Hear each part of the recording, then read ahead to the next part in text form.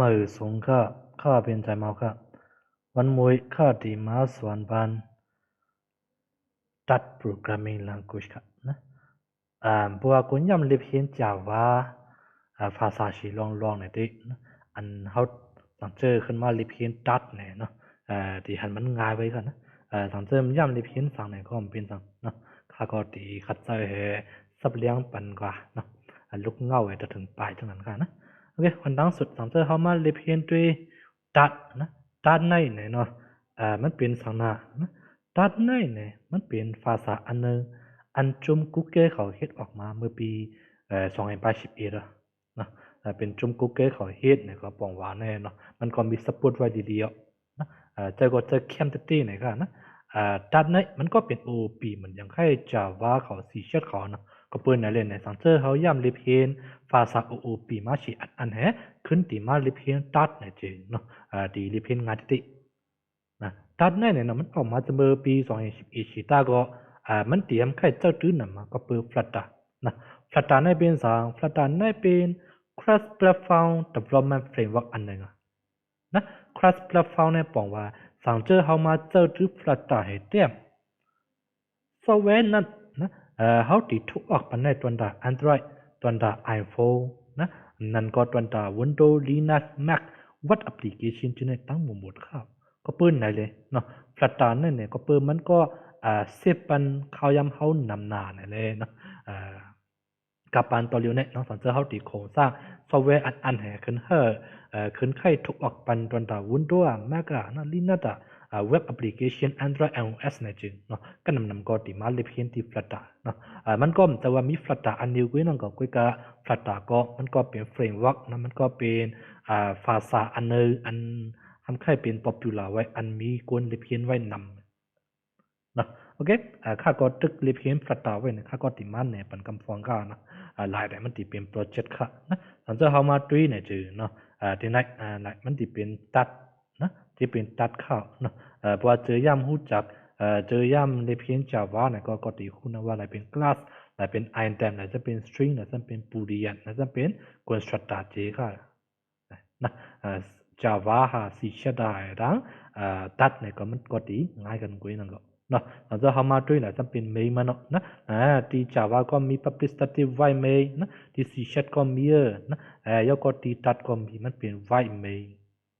นะหลังจากเขามา run เขาตีสอนนะโปรเจกต์หลายค่าเหตุไว้ค่าเอาตัดแต่เต็มไว้อันเดียวไว้ก็กะค่ามา run ในเหนือ Windows นะเหนืออันว่าเป็น Chrome และเป็นเว็บไซต์ค่ะนะแล้วก็เหนือโฟนนะเหนือโฟนก็ run ในค่ะนะก็การเหนือโฟนมันเตรียมใครเจิงข่าวยับอินค่าเคยค่าตีติมในกาข้าวเนาะหลายเป็นอันค่ามา run ไว้เหนือเว็บนะหลายเป็นอันค่ามา run ไว้เหนือเว็บนะตามที่เขามาดุยเนี่ยนะมันก็เขาขึ้นมาติดเป็นแอดมันก็ติดมาย้อนมันนะนุกเขาเนาะไว้ว่าในคติสังนะคติว่าteaching that lesson one อะไรจังเลยเนาะขึ้นสังเกตค่ากันมาติดเป็นอัดมันก็ติเข้ากับนะหลายเป็นอันเข้าเรียนไว้ที่โครงกันนะค่าติมเรียนนี่ขนาดเพราะว่าเรียนนี่เนี่ยมันเตรียมแค่เจิงเขายับเองนะค่าก็ตึกเรียนมันใกล้เก่งกับเขาเลยนะหลายเป็นเว็บไซต์หลายเป็นโครงค่ะนะมันเป็นเบราว์เซอร์โครงค่าเรียนที่ EDGE ก็ไล่ค่าเรียนที่โครงก็ไล่นะมันก็เป็นเว็บไซต์อันหนึ่งเก่งกับเนาะเพราะว่าเขาเห็นเว็บไซต์เนี่ยก็เขาเอาต่างขึ้นหรือเว็บไซต์ซาวาที่อันก็ไล่ค่ะนะ Flutter นี่เนาะมันติดเป็นมันติดเป็น front end language ค่ะนะFlutter เนี่ยมันก็ติดเป็น front end language นะเขาตอนเจอเขาใครเตรียมเว็บไซต์ยูๆเล็กๆอ่อนนะที่ก็ตำรวจการเรียนอันว่า React ว่า PHP ว่าฉะนั้นมาเรียนที่Flutter เนี่ยก็ไล่นะมาเห็นที่ Flutter เนี่ยก็ไล่แต่อันจะเป็น Ubuntu เป็น Ubuntu เลยต่างโครงเนี่ยก็มันก็ติดเหมือนกันเลยค่ะเนาะหรือชีว่ามันแค่เป็นซอฟต์แวร์แอปอันเดียวกันค่ะเลยนะหรือชีว่าอันนึงในค่าก่อรันไว้ที่เหนือโครงแท็กอันจำค่าขึ้นมาไว้มารันไว้ที่เหนือWindows นะก็เปิดความค่าเป็น Ubuntu เนี่ยก็มันติดไว้ในเหนือ Ubuntu แค่เนาะหลังจากได้กู้เขาก็มีLinux ก็ก่อรันไว้เหนือนั่นนะเพราะว่ามีไว้Mac เนี่ยก็ก่อรันไว้เหนือนั่นนะเพราะได้กู้เขามีเนาะMac แค่คือมี Xcode แค่ในจื่อนะใครก่อรันที่เหนือ iPhone ก็เลยเนาะเดี๋ยวใส่ก็คัดติมาอัดเนี่ยนะ at แล้วก็ที่มาเตรียมวันเนาะ eating dinner with friend นะเอาแค่มาเตรียมลิกอังลิกไตก็ต้องดีเลยค่ะเนาะค่ะที่ว่ากินทูน่ากับข้าวนี่จังนะปัวอัดเนี่ยก็มันตีออกมาเป็นนะสามสิบค่าขึ้นกว่าชิมันเช่นเนี่ยก็มันตีขานเป็นกว่าใจนี่จังไหนนะแต่เป็น flat down นะก็สั่งในมาเลยเพียงตัดเนี่ยปัวมาเคยอันหูปักเข้าชีวิตมันตีเป็นก็เปิดนะเขาแค่เลยเพียง flat down ตอนดีกว่าเลยเพียงตัดเนาะตัดก่อนมันก็จุดชิงเยอะมาก็เปิด flat down เข้าโอเคที่ต้นส่วนเขาที่ก็เขาที่ส่วนเป็นลองตัดกว่าเว้ยนะฟลัตตาในที่ก็พอไวมากเนี่ยก็ข้าก็ยังอ่านตัวนาที่เปิดเป็นห้องส่วนฟลัตตากันเนาะตัวนาที่เป็นเฟซเป็นฟรีเนี่ยอยู่จุดที่ก็ที่วนที่ย้อนวนกันข้าเนาะโอเคสำนักเนี่ยก็เนี่ยนะก็ที่ทำให้หุบปองมาอินเนาะว่าตัดในเปลี่ยนสังนะโอเคสังเกตเขาแค่มาจำด้วยตัดเขาแค่มาเตรียมด้วยตัดเนี่ยจริงนะเขาตับลูกกว่าไกลเนาะเขามีเว็บไซต์อันหนึ่งมันเป็นอันว่าตัดตัวปัดนะตัดปัดเนาะเขาเข้าก่อนนะในเหเขาก็จำเตรียมด้วยตัดกูเขาเลยไว้ว่านะค่าได้ไว้ว่าค่าเขาลูกดีจาวามนั่นก็สีเช็ดแถมมาในค่าเลยนะเอาดีเหตุไรเขาก็มาเจอเลยมันจะใครนะ int ค่าไว้ว่าเนาะ string string นะstring นะ string name equal to ใส่มานะยาวก็เนี่ย int age equal to สาวก็นะที่ string เนี่ยเนาะs ตัดที่เลยเป็นตัวใหญ่ค่ะ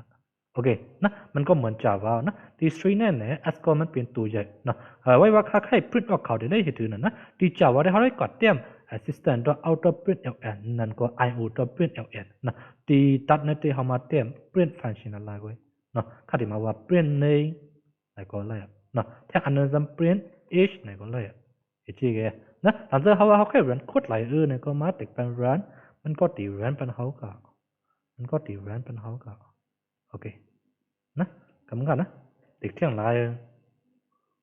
มันจะมี error ไว้ฉีลองค่ะ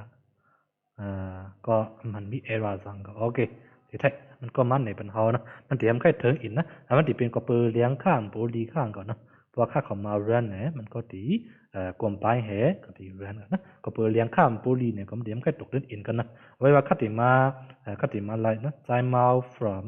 มูจีนั่นเองนะเราจะค่าของมา run บอกในที่ก็เพราะว่ามันเหตุการณ์ดีๆงามๆเนี่ยก็มันตีออกในปัญหาว่า time out from มูจีนะครับแล้วที่มันตีเป็นที่อันเขาตีมาตามเตรียม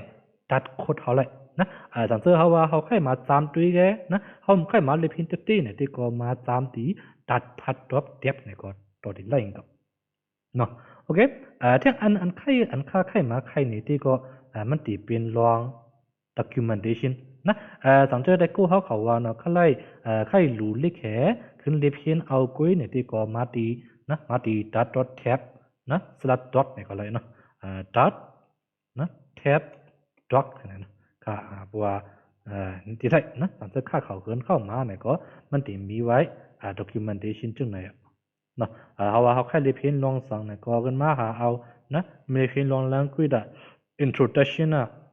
variable ใช่ที่ไทยนะมันก็ที่มันในปัญหาอะไรเป็นยกไล่ในปันนะยกไล่โครงสร้าง variable นะเหตุก็ไล่เนี่ยลองจีเนี่ยค่าเขาก็ตีรีพินกว่ากุ้ยนั่งก็นะค่าก็เนาะค่าก็ cost ค่าก็เนี่ยก็นำค่าก็มาเอาไว้ตี documentation กุ้ยก็นะตั้งก็ได้กู้เขาด้วยว่าอังกฤษก็หัวนะแกหมูรู้ลิแกรีพินเอาทั้งคอเนี่ยที่ก็มาเห็นในที่อันว่า that dot dev dot documentation หลักมันก็ดีเห็นดิตี้เนี่ยครับมันก็ดีเห็นดิตี้โอเคนะโอเคเพราะนั้นก็นะลองตัดที่ก็มันติมีหนังไหนกันนะหลังจากแต่กูเขาขอไล่จาวาไว้สีแชทไว้นะไปตุนไว้ก็ดีค่ะนะไปตุนก็มันก็เป็น language เกรงกับก็ไปตุนทางตัดที่ก็มันติมป้อมเหมือนกันก็การสังเกตเขาไล่รถจิตที่ไปตุนเหมือนอย่างใครเอวาฟอร์ว่าเจนเนี่ยก็ตีตัดก็มันก็ตีเป็นเข้าทางตีไว้เกรงกับนะมันก็ตีช่วยแถมแต่กูเขาเฮอริพินไล่งานเงียบๆกุ้ยนั่งกับโอเคนะเพราะว่าเป็นเพราะว่าย่ำในเพนจาวามันก็สีชัดจีเนี่ยที่มันตัวตีลีก็เนาะก็เปิดดัดก็มันเป็น OOP จาวาก็มันเป็น OOP เนี่ยนะมันก็ตีในเพนกันงานเงียบๆเลยเนี่ยนะ โอเคตอนนี้ที่ก็เขาตีมีนังไหนเกี่ยวว่าตอน2 มาเนี่ยข้าตีมาเนี่ยปันเที่ยกำฟวงก็เนาะไม่ส่งทางเชิงก็